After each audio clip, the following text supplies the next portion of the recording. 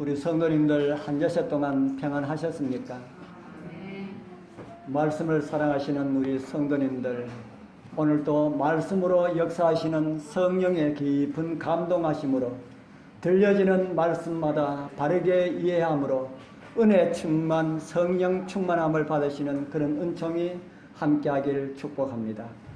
오늘은 함께 교독한 말씀을 중심으로 해서 제자의 조건이라는 제목으로 말씀을 준비하였습니다. 오늘 누가복음에 나오는 이 비유의 말씀 많이 들은 내용이 아니지요. 저도 이 말씀을 가지고는 설교를 해본 그런 경험이 지금까지는 없었다는 생각이 듭니다. 한때 저는 다른 곳에 있을 때에는 이 설교를 좀 독특하게 해보려고 그렇게 시도를 한 적이 있습니다. 다른 사람들이 많이 하는 이런 설교 제목 하지 말고 성경에서 아주 이렇게 우리가 좀 이렇게 등한히 했던 이런 내용들을 준비를 하자. 그런 내용들은 아마 한 번도 듣지 못한 이런 설교가 될 것이다 해서 제가 어느 곳에서는 그렇게 설교한 적이 있습니다. 그렇게 하면은 설교하는 내용이 상당히 힘들어집니다. 힘들어지고 어렵지만은 그만큼 또 받는 은혜도 더 큽니다. 그때도 오늘 이 말씀드린 이 내용은 제가 보지를 성경에 있는 내용 읽고 그래 했지만은 이 내용은 하지를 않았습니다.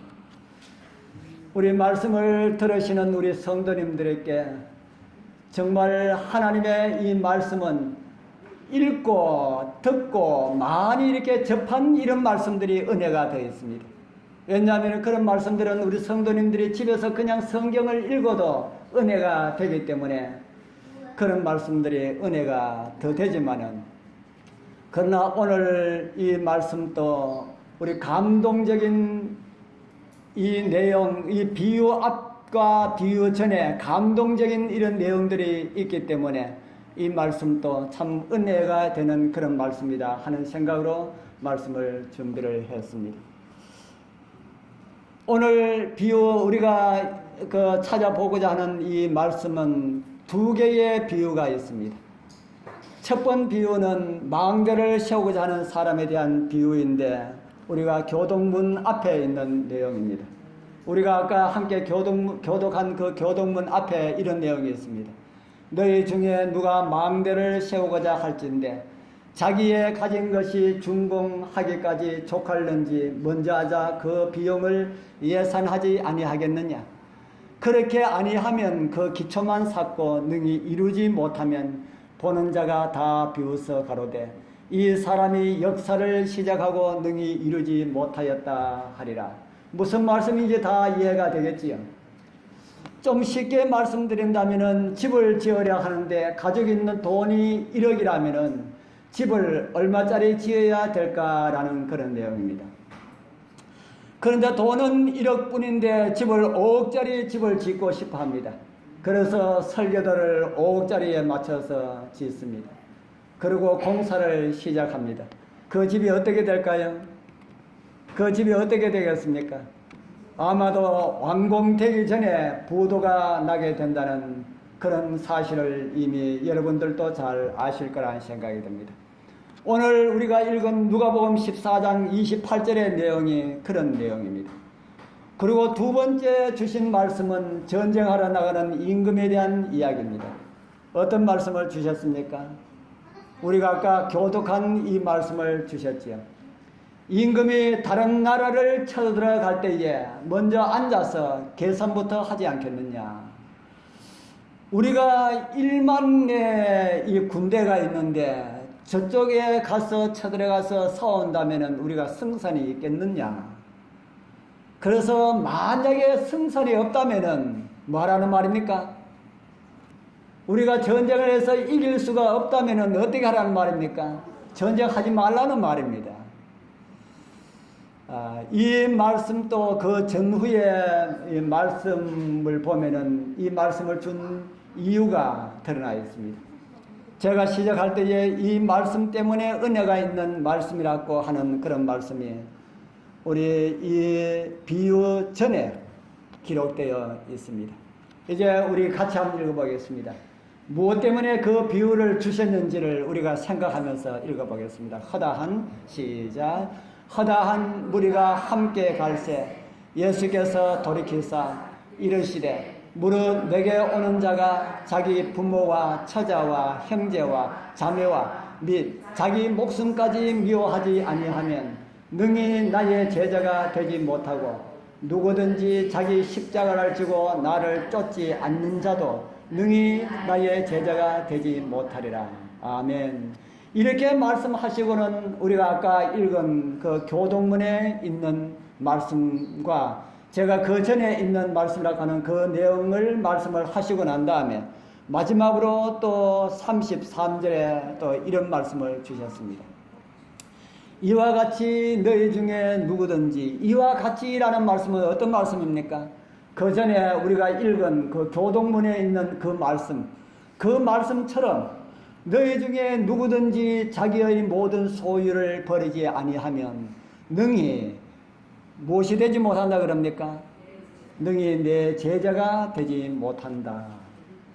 그렇기 때문에 우리가 읽은 그 두 비유, 하나는 집을 건축하는 그 비유와 다른 하나는 왕이 전쟁하러 가는 그 두 비유, 이 두 비유는 무엇과 관련이 있다는 말씀입니까? 무엇과 관련 있는 내용입니까? 다른 말로 한다면 예수님의 제자가 되기 위하여서 우리가 하여야 할 일이 무엇인가 라는 그런 말씀을 주님께서 주신 것입니다. 우리 사랑하는 성도님들, 주님의 제자로 살아가기를 원하십니까? 우리 여러분들, 나는 예수님의 제자가 되겠다라는 그런 생각을 가지고 계십니까? 오늘 말씀을 통하여서 예수님의 제자가 되고자 할 때에 무엇을 어떻게 하여야 할 것인가를 깨닫고 정말 주님의 제자로서 넉넉하게 이김의 신앙생활을 하게 되길 축복합니다. 이제 그 제자가 되기 위하여서 먼저 제자됨의 가치를 우리 먼저 알아보자 하는 겁니다. 아까 그게 비유의 가운데 그렇게 했지요. 1억이 있는데 1억을 가지고 집을 지으려고 그러면 얼마짜리를 지어야 할까? 1억 가지고 집 지으려고 그러면 얼마짜리 지어야 되겠습니까? 1억짜리 지어야 되지. 2만을 가지고, 군사 2만을 가지고 전쟁하러 나간다면은 어느 정도 되는 나라를 쳐들어갈 수가 있겠습니까? 군사 몇 명 미만? 군사 2만 미만. 그래야 승산이 있다는 겁니다. 이처럼 우리가 예수님의 제자가 되려면은 예수님의 제자됨의 가치부터 먼저 알아보라 하는 겁니다. 가치를 알아보고 난 다음에 내가 정말 예수님의 제자가 된다면은 나에게 손해가 없을까? 어떤 유익이 있을까? 이거 알아보라는 말씀입니다. 우리가 함께 교독한 말씀에 이런 말씀을 주고 있지요. 너희 중에 누가 망대를 세우고자 할진대 자기의 가진 것이 준공하기까지 족할는지 먼저 앉아 그 비용을 계산하지 않겠느냐. 계산해보고 비용을 가지고 있는 돈보다 많이 들면은 어떻게 하라는 겁니까? 1억 가지고 이렇게 집을 하나 이렇게 만들려고 다 이렇게 했는데 해보니까 돈이 많이 든다. 돈이 2억이 든다. 한다면 어떻게 하라는 겁니까? 집을 주라라. 집을 주라라. 아니면은 돈 열심히 더 벌어가지고 해라. 라는 이런 말씀입니다. 이제 금년 지나면은 내년에는 우리나라 무슨 선거가 있습니까? 참 세월이 빨려가는 것 같다 하는 생각이 듭니다. 엊그제 대통령 선거 한 것 같은데 벌써 한 회기가 끝이 나고 다음 대통령 선거철이 오니까 그렇습니다. 선두로 나는 대통령 출마하겠습니다 라고 누가 선언했습니까? 제일 먼저 누가 선언했습니까? 안철수가 제일 먼저 선언한 것 같습니다. 한 2달 됐는지 모르겠습니다. 발표하자마자 안철수가 대통령이 되겠습니다 하는 발표를 하자마자 안철수가 가지고 있는 회사 주식이 있습니다. 그걸 가지고 안랩이라고 하는 주식인데 그 주식이 금령 감독에서 이거 이상 올라가지 못합니다 라고 하는 그 선이 있습니다. 그 선까지 올라갔습니다. 왜 그렇게 올라갔습니까? 왜 그렇게 올라갈까요? 안철수가 지금까지는 좀 소극적으로 하던데 이제 보니까 대통령 출마해서 잘하면은 뭐도 될 수 있다고 생각하는 겁니까? 잘하면은 대통령이 될 수 있다. 이렇게 생각하기 때문에 그 회사의 이미지가 그렇게 올라간다 하는 겁니다. 그러고 난 다음에 야당과 여당에서 아직까지 전면에 나선 이런 선수들은 없지만은 많은 선수들이 대기하고 있는 것처럼 그렇게 보입니다. 어제는 뉴스 보니까 거기에 더불어민주당에서 다른 그 문재인의 그 후보에 아주 많은 새카만 후배되는 사람이 자기도 대통령 출마하겠습니다. 이렇게 선언해서 한 집안에서 그 더불어민주당 그 안에도 여러 가지 집안이 있지 않습니까? 여러 집안이 있는데 한 집안에서 싸움이 일어났다 하는 이야기를 들었습니다. 아주 많은 인물이 없는 줄 알았더니만은 대통령 선거가 되니까 너도 나도 대통령 나오겠다고 하는 사람들이 많이 있는 것 같습니다. 그런 사람들을 가지고 다 뭐라 합니까? 잠룡이라 하죠. 잠룡. 저는 이 잠룡이 뭘 가지고 잠룡이라 하나 하고 제가 잠룡이라는 의미를 몰라가지고 인터넷에 제가 잠룡하고 쳐봤습니다. 쳐봤더니만은 잠룡은 아직까지 물속에 잠겨있는 용이라고 하는 그런 의미라고 거기에 그렇게 나오더라고요. 그래서 물속에 잠겨가 아직까지 모습을 드러내지 않는 그런 용들이다. 그 사람들 왜 그렇게 대통령 하기 위해서 대통령 하려고 목을 맵니까? 목이 매는 것처럼 그렇게 보이지 않습니까? 꼭 대통령 한번 해보고 말겠다라고 하는 그런 생각이 들 것처럼 그렇게 느껴지는데 대통령 선거 때마다 그렇게 느껴지는 것처럼 그렇게 보이는데 왜 그렇게 합니까? 대통령 자리가 좋은 자리입니까? 우리가 생각하기에는 별로 좋은 자리 같지 않은데 그 사람들 생각하기에는 진짜 좋은 자리 인모이다 하는 생각이 듭니다. 그래서 어떤 사람들은 당권을 장악하기 위하여서 엄청나게 많은 그런 노력을 하고 같은 편끼리도 아주 막 이렇게 비방하고 말도 되지 않는 이런 이야기들을 많이 하는 이런 모습을 보입니다. 왜 그렇게 합니까? 그 자리에 올라가면은 어떻다는 겁니까? 올라가면은 그만한 가치를 뺄 수 있다라고 그렇게 생각하는 것 같다는 생각이 듭니다. 그럼 우리가 예수님의 제자가 되려고 우리도 그렇게 하고 있는데 예수님의 제자가 되는 가치는 얼마나 될까? 한나라의 대통령 되는 가치하고 예수님의 제자 되는 가치하고 어느 것이 더 가치가 높을까? 부가가치라고 이야기하지요. 하늘나라 부가가치는 한나라의 대통령 되는 것하고 예수님의 제자 되는 것하고 어느 것이 더 높을까? 우리 여러분들 마음으로 생각해 보기를 바랍니다. 얼마 전에 어떤 분과 나누는 이야기 가운데서 교회에 나가십시오 그렇게 하니까 그런 생각이 없다 그래요. 왜 교회를 싫어합니까? 제가 그렇게 물었더니만은 교회 가면은 당장 손해되지 않습니까? 그렇게 이야기해요. 그래서 제가 물었습니다. 저는 지금까지 교회에 다녔는데 한 번도 제 손해를 본 일이 없고 저는 계속해서 유익만 되는데 뭐가 손해라고 하는 생각이 듭니까? 그렇게 이야기하니까 교회 가면은 헌금 내라 하지 않습니까? 그렇게 이야기해요. 우리 교회 오니까 헌금 많이 내라 합니까? 제가 우리 여기 육곡들 우리 모처님한테 헌금에 대해서는 생각하지 마시고 오십시오 그랬습니다. 집에서 자꾸 며느리가 헌금하라고 자꾸 준다 그래요. 헌금 생각하지 마시고 오십시오. 꼭 헌금을 내시고 싶은 마음이 있다면은 100원짜리도 괜찮고 1000원짜리도 괜찮고 왜냐하면은 우리 모처님 수입이 없기 때문에 그렇게 하시면 됩니다. 제가 그렇게 이야기했어요. 그래서 그분이 교회에 이렇게 나오는 걸 헌금 내라 하기 때문에 그렇게 못 나간다는 겁니다. 교회 나가 보셨습니까? 헌금 내라 하게요 하니까 한번 나가 봤대요. 그 나가니까 헌금 내라 합니까? 하니까 그때는 헌금 내라 안 하더래요. 그런데 결국에는 교회 나가면 헌금 내라고 할 것 아닙니까? 하니까 교회 헌금 내라 하지 않을 테니까 교회 다녀보라고 그랬습니다. 그분이 누군가 하면은 제가 누구라고는 말씀드리지 않아야지만 몸이 안 좋아서 병원에 입원 중에 있는 사람입니다. 어쩌면은 병원에서 나오지 못하고 돌아가실 수 있는 그런 분입니다. 그런 분이 그런 이야기를 해요. 그래서 제가 그분한테 이야기했습니다. 이곳에 있는 동안이라도 예수님 한번 믿어보라고. 그래도 싫대요. 왜 싫었냐니까 손해본다는 겁니다. 왜 손해봅니까? 하니까 예수님 믿으면은 내가 듣고 싶은 것도 마음대로 못 듣고 내가 좋아하지 않는 거 들어야 되지 않습니까? 그 보니까 이제 귀에 꽂고 듣는 걸 보니까 이렇게 막 음악 같은 거 이런 게 많이 들어요. 아, 이거 듣지 마라 하는가 싶어서 그랬습니다. 그런데 교회 다니시면 진짜 더 좋은 것이 많이 있습니다. 예수님 믿으면 진짜 더 좋은 것이 많이 있습니다. 좋지 않은 것 듣는 것보다 좋은 것을 들으면 얼마나 더 유익이 됩니까? 그래 이야기해가지고 첫 번째 가서는 그렇게 해서 왔는데 두 번째 가서는 그분이 그러면 저도 예수님 믿겠습니다 하는 이야기 듣고 와서는 그 다음에 제가 가지를 못했습니다. 우리 여러분들은 교회 처음에 나올 때 여러분들도 그런 생각을 하지 않았습니까? 내가 교회에 다니면은 손해가 되지 않을까?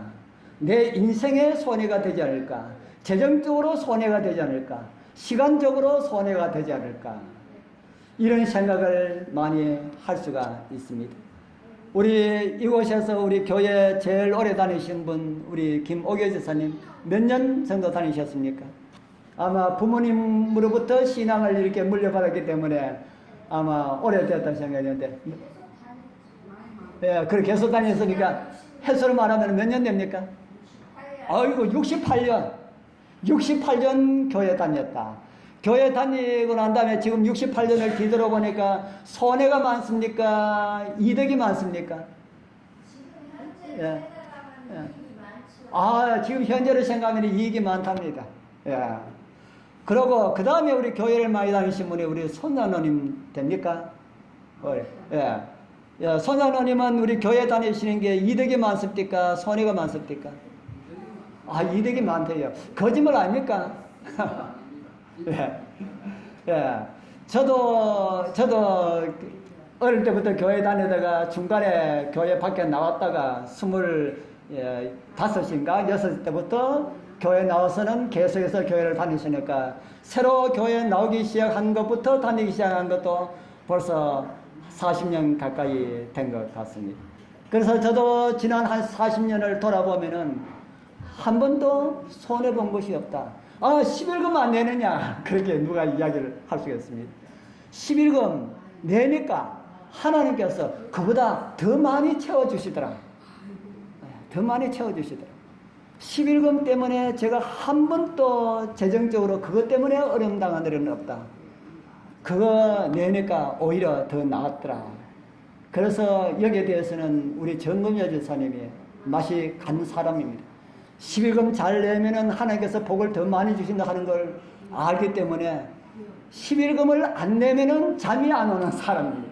어떻게 하더라도 그것을 내야 하는 그런 우리 마음을 갖고 있는데 제가 참 좋은 마음이다 생각하고 내가 본받고 내가 좀 배워야 할 그런 내용이다 하는 생각을 참 많이 합니다.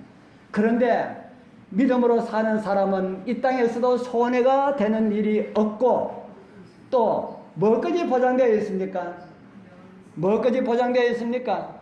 하늘나라까지 보장되어 있으니까 정말 한마디로 말해가지고 뭐 고친 사람입니까? 뭐 고친 사람입니까? 팔자 고친 사람들이다. 예수 믿고 예수님의 제자가 된 사람들은 팔자 고친 사람들이다. 그래서 여기에 앉아 계시는 우리 성도님들은 다 팔자 고친 분들입니다. 아멘입니까? 아멘 아닌 모양이네. 예, 여러분들은 다 팔자 고친 분들입니다. 그래서 제가 거기에 침대에 누워 계시는 그분한테 형제도 저처럼 팔자 한번 고쳐보지 않겠습니까? 하고 그렇게 물었습니다. 우리 사랑하는 성도님들, 내가 예수 믿고 예수님의 제자가 된다면은 어떤 덕이 있고 어떤 손해가 있는지를 우리는 한번 생각을 해보는 그런 시간 가지게 되기를 바랍니다. 집을 짓는 것처럼 내가 신앙하는 것이 정말 손해가 될까 이득이 될까 하는 생각을 한번 해보라 하는 겁니다. 그런데 정은의 말씀에 보면은 간단한 공식 방법을 우리에게 가르쳐주는 말씀이 있습니다. 정은의 정은복음 1권 215페이지에 이런 말씀이 있습니다. 짧은 내용이기 때문에 우리 같이 한번 읽어보겠습니다. 구원의 시작. 구원의 가치를 완전히 깨닫기 위하여서는 거기에 지불된 값을 이해함이 필요하다. 저와 여러분들이 받은 이 구원의 가치가 얼마만하다는 것을 깨달으라 그러면은 무엇을 이해하는 것이 필요하다 그럽니까? 예, 우리를 구원하기 위하여서 지불된 그 값을 알아보라. 우리 여러분들 구원하기 위하여서 얼마 정도 지불하였을까? 한 1,000억 정도 지불하였을까요? 우리 여러분들 혹시 1,000억 가지고 계시면 우리 집 재산은 적어도 1,000억은 될 거다 하신 분들 있습니까? 있으면 손 한번 들어. 우리 다른 사람 보기에 그여서 손들기가 좀 그렇습니까? 나를 구원하기 위하여서 하늘에 지불된 값은 얼마나 될까? 그것을 이해함이 필요하다 했는데 같은 책 323쪽에는 이런 말씀을 우리에게 기록하고 있습니다. 그 가치, 한 사람의 구원한 그 가치 위에 있는 그 내용입니다. 그 가치는 그것을 속량하기 위하여서 지불된 대가에 의하여서만 헤아려질 수가 있다. 그래서 우리 예수의 제자됨의 그 가치를 알려 그러면은 그 가치를 그것을 얻기 위하여서 거기에 치루어진 그것을 대가에 의하여서만 헤아려질 수가 있다 합니다. 갈바리 그것이 뭐의 가치를 설명해 준다 그럽니까? 영혼의 진정한 가치를 설명해 줄 것이다. 여기 나오는 이 영혼은 구원과 상관된 그런 말씀을 우리에게 말씀을 하고 있습니다. 하나님을 믿지 않는 그 상태를 이야기한 것이 아니고 하나님을 믿지 않는 그 상태를 할지라도 그 사람을 구원하기 위하여서 치른 그 가치가 갈바리로 인하여서 그 진정한 가치가 갈바리에서 설명을 해준다. 그렇게 말을 합니다. 한 영혼을 위하여서 하늘에 지불된 그 가격은 얼마나 될까? 다시 정은복음 215쪽에는 이런 말씀을 우리에게 주고 있습니다. 하나님의 사랑하는 아들을 뭘로 주셨다 그럽니까? 예, 하나님의 사랑하는 아들을 선물로 주심에 나타난 그러한 사랑은 누구도 놀라게 했다 그럽니까? 예, 거룩한 천사들을 놀라게 하였다. 천사들이 왜 놀랐을까요? 천사들이 왜 놀랐을까요? 죄 지은 인간들을 위한 치료는 가격이 천사들이 생각하기에 비싸다는 겁니까? 사다는 겁니까? 너무 비싸다. 너무 비싸다. 죄 지은 사람들을 위하여 치른 그 가격이 너무 비싸다. 천사들은 놀랐다 하는 겁니다. 그거 천사들 생각에는 아담과 하와 그냥 훅 불어버리고 바람에 날려가듯이 불어버리고 새로 지으면 될 텐데 왜 하늘이 이런 가격을 치루었을까? 하늘 천사들이 놀랐다 합니다. 우리 여러분들 철인 3종 경기로 유명한 딕 호잇에 대한 이야기 잘 아시죠? 이 부자의 이야기는 지금 이제 전 세계적으로 유명한 그런 이야기가 되어서 모르는 사람이 없을 정도로 많이 알려져 있습니다. 이 사람에게 아들이 그렇게 좋으냐고 묻는다면 이 사람이 무슨 대답을 하겠습니까? 아들이 그렇게 좋습니까? 아들 때문에 자기의 직업을 다 버리고 아들과 함께 이 경기를 하기 위해서 그렇게 예수는 그 아버지의 모습을 보고 아들이 그렇게 좋습니까? 하고 이렇게 묻는다면 무엇이라고 대답할까요? 아들에 대한 사랑이 그의 행동을 통해서 나타났다고 말을 할 수가 있습니다. 사랑이 아니고서는 그렇게 할 수가 없습니다. 아들을 사랑한 딕 호잇은 그렇게 사랑을 나타낸 것처럼 우리를 사랑한 하나님의 사랑이 어떻게 나타났다는 겁니까? 저와 여러분들을 사랑하는 하나님의 사랑이 이렇게 나타났다고 성경은 우리에게 가르쳐주고 있습니다. 로마서 5장 8절 우리 같이 한번 읽어보겠습니다. 우리가 시작. 우리가 아직 죄인 되었을 때에 그리스도께서 우리를 위하여 죽으심으로 하나님께서 우리에게 대한 자기의 사랑을 확증하셨느니라. 아멘. 아들을 위한 사랑은 사람도 할 수가 있습니까? 아들을 위한 사랑은 사람도 할 수가 있습니다. 그러나 죄인들을 위한 사랑은 하나님만 하실 수 있다는 그런 생각이 듭니다. 로마서 5장 10절은 또 우리에게 이런 말씀을 주고 있습니다. 우리 또 같이 읽어보겠습니다. 곧 시작. 곧 우리가 원수 되었을 때에 그 아들의 죽으심으로 말미암아 하나님으로 더불어 화목되었은즉 화목된 자로서는 더욱 그의 살아심을 인하여 구원을 얻을 것이니라. 아멘. 우리가 누구 되었을 때라고 합니까? 우리가 죄인 되었을 때에, 원수 되었을 때에. 세상에는 아들을 죽인 원수를 양아들로 삼았다는 이야기를 들을 수가 있습니다.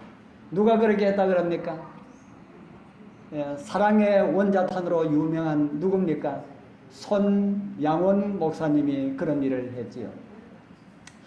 그러나 원수를 위하여서 자기 아들을 사지로 보냈다 하는 이야기 들어보셨습니까?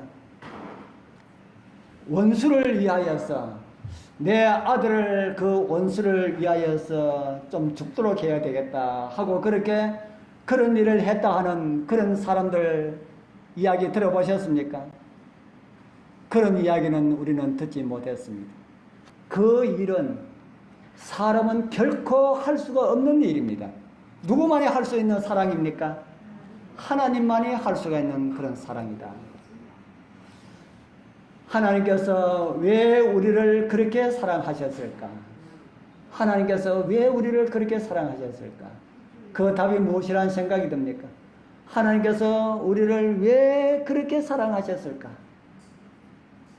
그 답이 무엇이라는 생각이 듭니까? 아무리 생각해도 그 답은 알 수가 없다. 저는 그렇게 생각합니다. 아무리 생각해도 그 답은 알 수가 없다. 다만 조금 희미하게 생각할 수 있는 것은 하나님은 사랑이라고 하는 그 말씀 외에는 없다 하는 생각이 듭니다.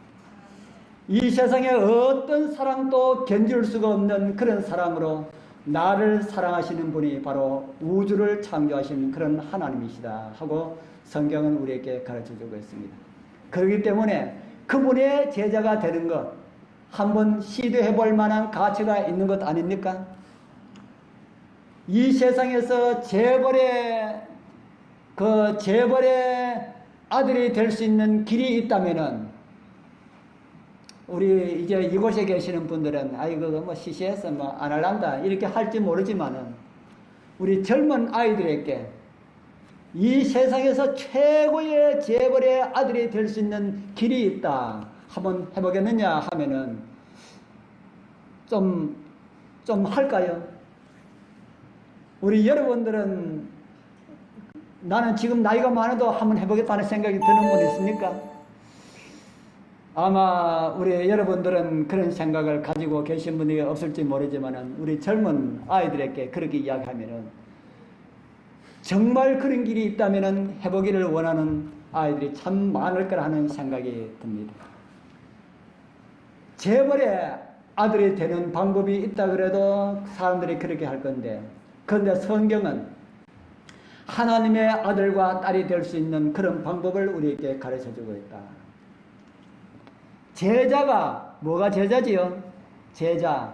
오늘날의 제자는 뭐하고 관련된 것처럼 보입니까? 오늘날의 제자는 뭐하고 관련되어 있습니까? 제자 하면은 또 그 다음에 제자 반대가 뭡니까? 제자 반대가 뭡니까? 스승이지요. 그런데 진짜 제자 반대는 뭡니까? 진짜 제자 반대는 아버지입니다. 아버지. 우리 예수님의 제자가 되는 그 길은 예수님의 아들과 딸이 되는 길이다 하는 것입니다.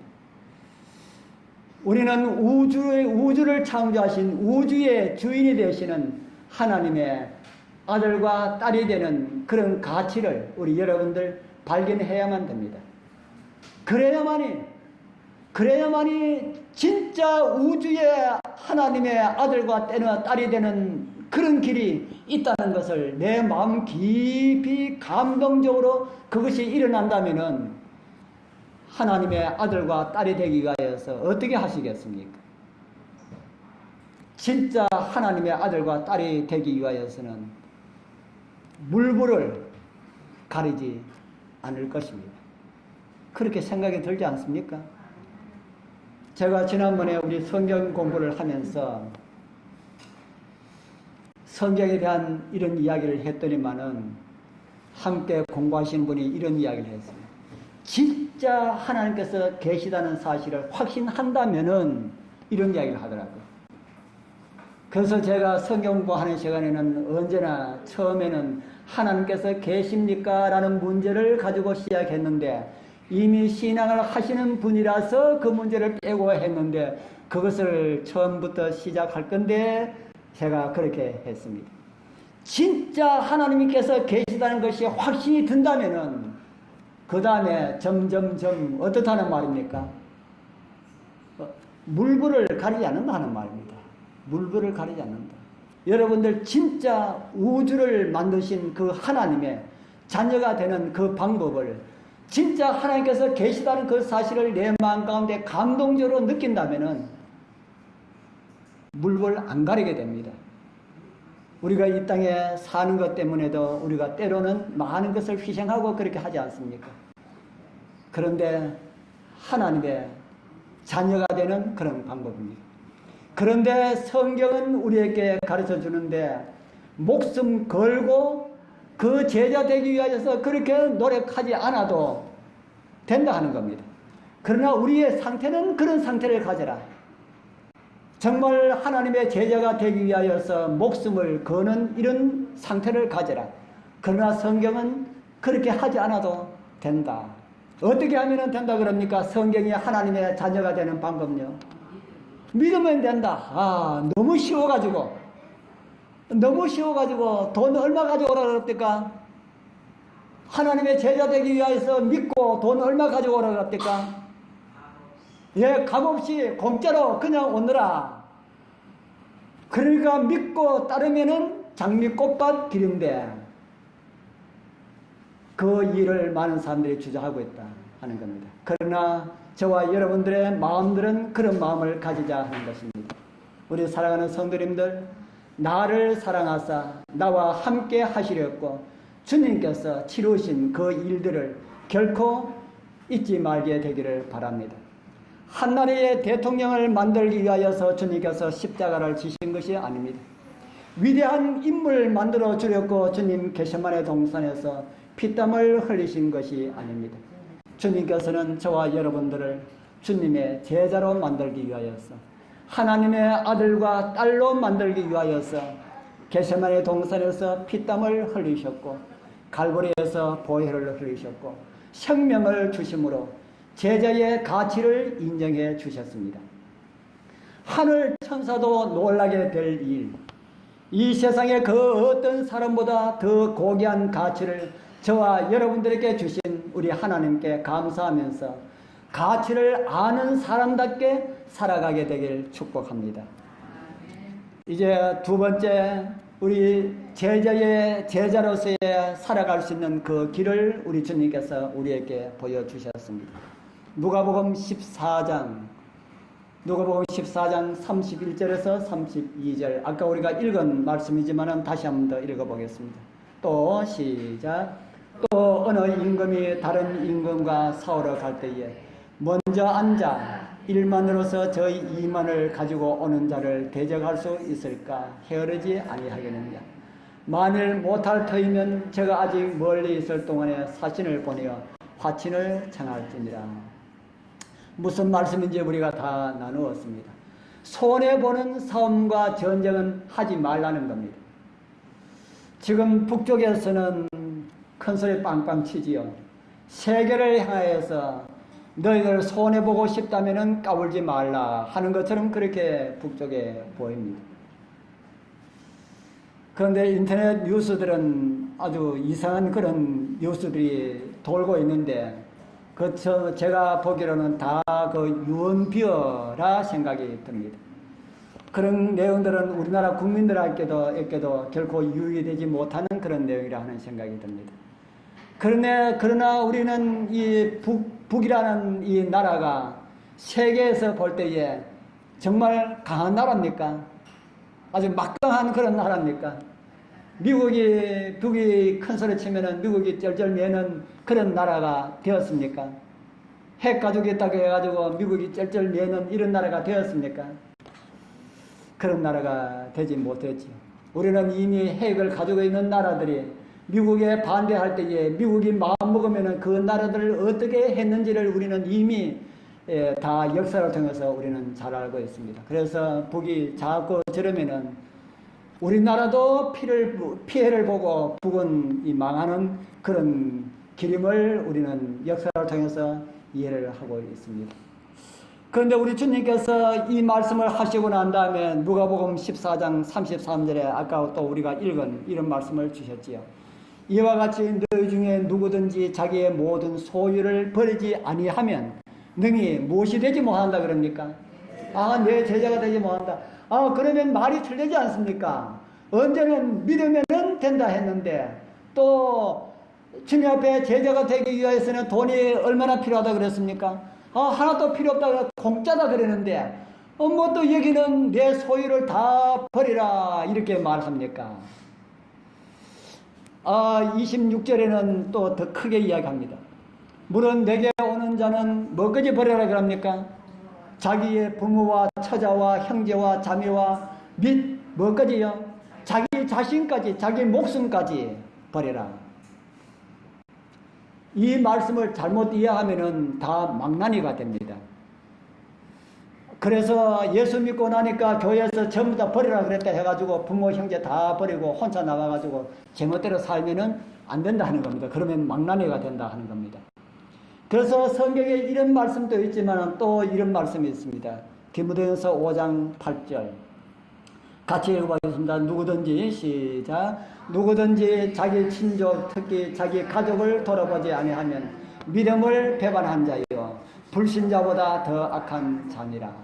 누구든지 자기 친족 특히 자기 가족을 돌아보지 아니하면은 믿음을 배반한 자요. 누구보다 더 악한 자랄까요? 불신자보다 더 악한 자라. 이 말씀은 누가 썼습니까? 이 말씀은 누가 기록했습니까? 사도 바울이 기록했습니다. 사도 바울의 이 말씀하고 그 밑에 있는 말씀하고 비교해 보니까 완전 반대되는 말씀처럼 보이지 않습니까? 사도 바울이 예수님의 말씀을 정면으로 반박한 그런 말씀일까? 아니면은 예수님께서 나를 위하여서 부모와 형제를 버리지 아니하면 나의 제자가 될 수 없다고 하는 이 말씀은 어떤 말씀일까? 이 두 말씀이 조화를 이루지 않는 것처럼 그렇게 보이지 않습니까? 우리는 두 말씀이 다 누구의 말씀입니까? 두 말씀이 다 하나님의 성령을 통하여서 우리에게 주신 그런 말씀입니다. 그렇기 때문에 우리는 두 말씀 가운데 어느 하나만 인정하고 하나는 버려서는 됩니까? 안 됩니까? 그래서는 되지 않는다. 그래서 이 말씀들 가운데 우리는 조화를 찾아야 한다 하는 겁니다. 마태복음 16장 24절에 우리 주님께서 이런 말씀을 주셨습니다. 우리 같이 읽어보겠습니다. 이에 시작. 이에 예수께서 제자들에게 이르시되 아무든지 나를 따라오려거든 자기를 부인하고 자기 십자가를 지고 나를 쫓을 것입니다. 아멘. 아까는 버리라 했는데 이곳에는 뭐하라 그럽니까? 자기를 뭐하라고요? 부인하라. 이 말씀하고 아까 그 말씀하고 같은 말씀이다 하는 겁니다. 신앙을 하기 위하여서 가족들을 다 버리라는 이런 말씀이 아니고 가족들도 자기도 하나님을 위한 구원에 대하여서 먼저 생각하라라는 그런 말씀입니다. 정은의 말씀은 이 말씀을 좀 더 이해하는 데 도움을 주고 있습니다. 산상본 15쪽에는 마태복음 16장 24절의 말씀 아무든지 나를 따르거든 자기를 부인하고 자기 십자가를 지고 나를 쫓을 것이니라 라는 이 말씀을 주시고 난 다음에 이렇게 기록을 하고 있습니다. 자아를 물리치고 이것이 더 이상 영혼의 중심을 차지하지 못하게 해야 한다. 무엇을 버리라 하는 겁니까? 내 마음 가운데 가지고 있는 욕심들을 버려라. 우리가 많이 이야기하지 않습니까? 내 가족을 위하여서는 이거 버리지 못한다. 우리 부모 섬기려고 그러면 이거 버리면 우리 부모 못 섬긴다. 그러지 말라 하는 겁니다. 그거 버려라. 이런 말씀을 아까는 부모를 버리고 처자를 버리고 하는 그런 말씀으로 표현을 하고 있습니다. 진짜로 그걸 버리면은 부모에게도 뭐 할 수가 있습니까? 부모에게도 진짜 효도를 할 수가 있다. 자녀들도 진짜로 더 잘 키울 수가 있다. 이렇게 성경과 정은의 말씀은 우리에게 말씀을 하고 있습니다. 이전에는 나의 자아가 나의 영혼의 중심이 되어서 가족을 사랑하여도 이기적으로 사랑했습니다. 나에게 하는 것을 따라서 사랑하게 됩니다. 가족들도 그렇게 하게 됩니다. 뭐 부모 사랑, 자녀 사랑 다 이기적인 그런 동의들이 마음속에 깔려 있다 하는 겁니다. 그런데 나 자아를 다 버리고 십자가에 나의 자아를 못 받고 나니까 나의 사랑하는 아내가, 나의 사랑하는 남편이 예수님께서 나와 함께 해줘 주신 주님의 피로 사신 귀한 보석처럼 그렇게 보이게 되어서 사랑의 강도가 더 높아진다 하는 것입니다.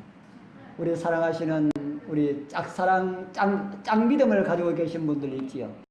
더 진한 남편의 사랑, 더 진짜로 진한 그런 남편의 사랑을 원하신다면 남편들을 교회로 인도하시면 됩니다. 그러면 진짜 이전보다 한 차원 더 높은 그런 사랑을 나누게 될 것이라는 그런 생각을 듭니다. 우리 짝믿음을 가지신 우리 많은 분들을 위하여서 기도 많이 하게 되길 바랍니다. 물론 기도하시지만은 더 많은 기도가 필요할 것입니다. 그리고 더 깊은 사랑을 나누게 되길 바랍니다.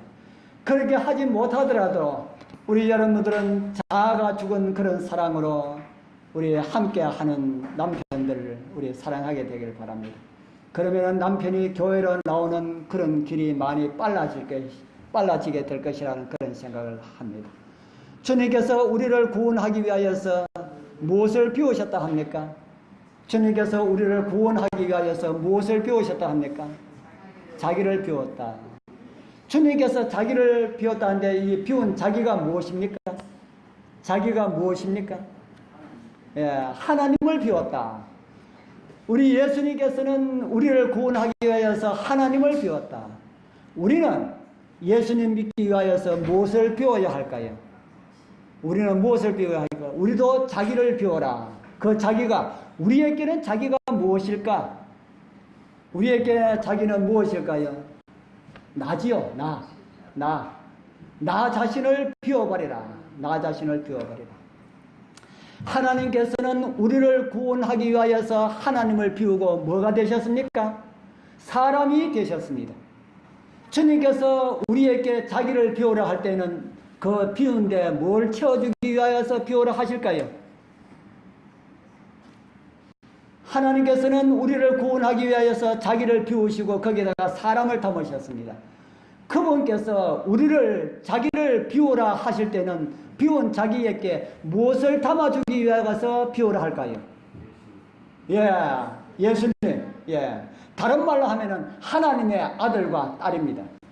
그러면은 우리의 위치가 어느 위치에 올라갑니까? 하나님의 위치에 올라갑니다. 하나님의 아들과 딸이 되는 그런 위치에 올라간다 하는 겁니다. 감사한 일입니까? 예수님께서 우리를 구원하기 위하여서 자기를 비우시고 사람을 담으시고 우리에게는 자기를 비우라. 비우면은 뭘 담아주시겠다? 영생을 담아주시겠다. 하나님의 자녀가 되는 그런 것을 담아주시겠다. 그렇게 우리에게 말씀을 합니다. 하나님을 비우시고 죄인과 같이 되셨고 우리는 죄인을 비우시고 예수님과 같은 생명으로 살게 하시고 감동을 넘어서 우리는 그 같은 감격 속에서 살아갈 수 있도록 그렇게 하나님께서 해주셨다 하는 겁니다. 그런데도 우리 주님께서 우리에게 엄청난 그런 하나님을 비우시고 그렇게 해 주셨는데도 우리는 자아를 잘 됩니까 안 됩니까? 자아를 비우려 하는데 참 잘 안 돼요. 저도 그래요. 참 잘 안 됩니다. 아침에 비웠다가 점심때쯤 되면 또 주 담고 또 점심 먹고 좀 이따 또 비웠다가 또 조금 시간 지나면 아유 아까가 안 되겠다 또 주 담고 또 저녁에 비우고 저녁 잘 때 또 담고 하루에도 몇 번 그러지 않습니까? 이건 저만이 그런 것이 아니고 우리 성도님들도 다 그럴 것이라 하는 생각이 듭니다. 정말 우리가 비우지 못하는데 예수님을 좀 많이 생각합시다. 예수님을 많이 생각하면 비울 수가 있습니다. 이제 예수님께서 우리가 비우지 못하는 그 자아를 비울 수가 있는 동영상을 하나 제가 준비를 하였습니다. 우리 같이 한번 보도록 하겠습니다.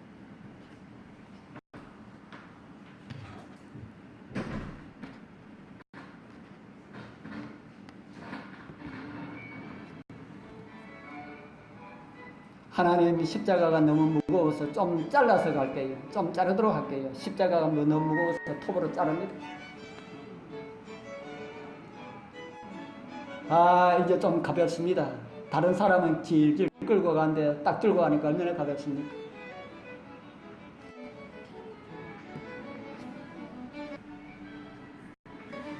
한참 가다 보니까 또 힘이 듭니다. 하나님 십자가 좀 더 자르면 옮기가 쉬울 것인데 좀 더 잘라야 되겠습니다. 그래서 이제는 양쪽 날개도 자르고 다리도 좀 더 자르고 그렇게 잘라갑니다. 그러면서 하나님 십자가 가볍게 주셔서 고맙습니다. 다른 사람보다 가볍게 해주셔서 얼마나 고맙습니까? 하는데 앞에 뭐가 나타났습니까? 큰 구렁이 나타났습니다. 그래서 다른 사람들은 가져온 짊어지고 온 십자가를 걸치고 다리를 사용해서 건너라 이렇게 말합니다. 그래서 다른 사람은 짊어지고 온 십자가를 걸쳐놓고 이렇게 건너갑니다. 그런데 이 사람은 다른 사람 건너가는 거 보고 걸치니까 잘했습니까? 못 잘했습니까? 못 잘합니다. 자, 우리 사랑하는 성도님들, 하나님께서 우리에게 주신 십자가는 뭐 하기 위한 것이라 그럽니까? 뭐 하기 위한 것이라? 그 구름을 건너갈 수가 있는 다리 역할을 하는 것이다. 그러기 때문에 십자가 없으면은 뭐 하지 못한다는 겁니까? 십자가 없으면 건너갈 수가 없다. 그런 다른 말로 하면 십자가 없이는 하늘나라에 갈 수가 없다. 그러니까 우리 성도님들 십자가 잘라 버리려 하지 마시기를 바랍니다. 짧으면은 요단강을 건널 수가 없습니다. 여러분들이 죽어가는 십자가가 너무 길어서 지고 가기에 너무 불편한 이런 생각이 들 때가 많습니다. 아유, 내 십자가 조금 짧았으면 좋을 텐데, 조금 가벼웠으면 좋을 텐데, 이렇게 생각할 때가 많이 있습니다. 그러나 천국 문 앞에 있는 깊은 구름을 건널 때에는 아주 요긴한 십자가가 된다는 사실을 이런 이야기들은 우리에게 주고 있습니다. 우리에게 주어진 십자가 불평하지 마시고 그것이 나를 천국 데려가기 위한 하나님의 선물이라고 생각하시고 감사하게 되길 바랍니다. 그리고 우리 주님 오시는 그날까지 충성하시는 우리 모두가 되길 축복합니다.